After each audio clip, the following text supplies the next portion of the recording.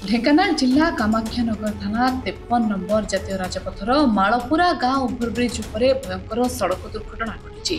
दुर्घटना गोटे परिवार बापा समेत 4 जनकर मृत्यु घटी। मां को गुरुतर भाव में कामाख्यानगर मेडिकल में भर्ती तेज से घर केदुझर आनंदपुर अंचल पुलिस पक्षर सूचना मिली, मात्र से परिचय अस्पष्ट रही।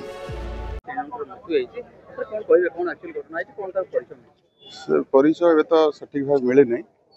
से बापा दुई झीर देहांत हो दुखद देहांत आ माँ आम कामाख्यानगर मेडिकल रेफर है ढेंकानाल सी आनंदपुर बोली खाली कहते ना एम ना भी बर्तमान तक एस्टाब्लीश आम से दिगरे तदंत कौन से अजना गाड़ी बाड़े पलि से आगे भी आम सब नाका लगी परजंग टोलगेट पाखे परजंग कामाख्यानगर भितर गाड़ी बाबद भेरीफाए कर ना सठिक है जनईद।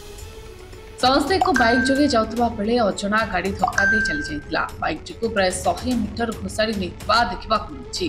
खबर पाई घटनास्थल में कामाख्यानगर एसडीपीओ और थाना अधिकारी पहुंची मृतदेह गुड़ी उद्धार करने सहित अधिक तदंत जारी रखिछथि।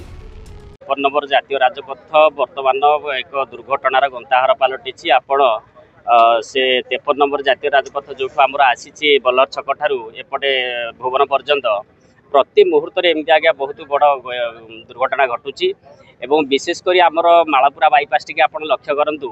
मालपुरा बाईपास जो भाया से जगह आगुरी अनेक थर घटना घटी आपण मैंने टीवी मीडिया देखी किंतु आज देखु ताठू से मालपुरा बाईपास ठू मात्र 1 किलोमीटर दूर आग को जो जोड़े जोड़े ओभरब्रिज घटी।